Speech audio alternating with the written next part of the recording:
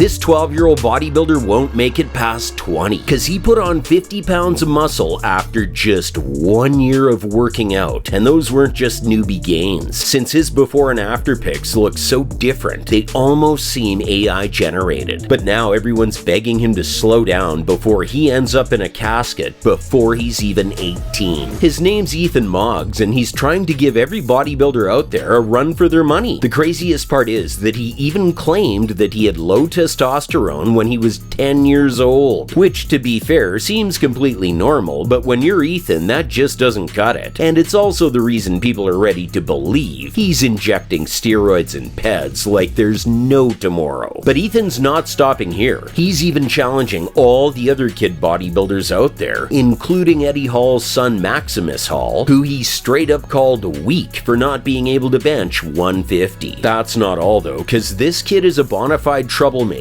since he even called out Jack's fit for being skinny and weak, despite the fact that our boy Jack made some respectable improvements. Here's where the whole story gets even crazier though, because Ethan might be lying about his actual age. You see, sometimes he's the strongest 11-year-old on the planet, and other times he's the strongest 14-year-old, which is something haters just can't ignore, especially since Ethan's been calling out all the other kid bodybuilders going viral. But the worst part is that he's not even the only kid getting juiced up to make it to the big leagues. Hundreds of other kids and teens are doing the exact same thing, and at this point it's all starting to get a little worrying, because if you know anything about bodybuilding, you'd know even the pros have to deal with the consequences of blasting gear. Anxiety, like you would not believe. Intrusive thoughts.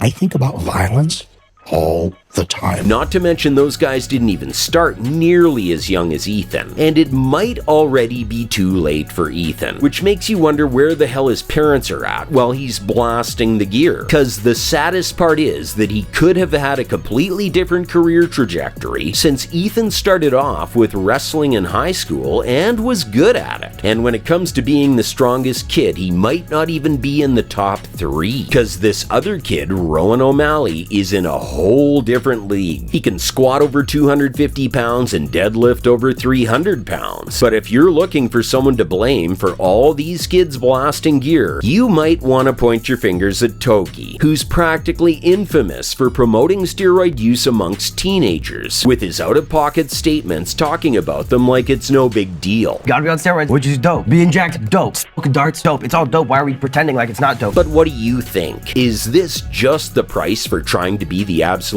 best at something? Or does someone need to call CPS and save Ethan before it's too late?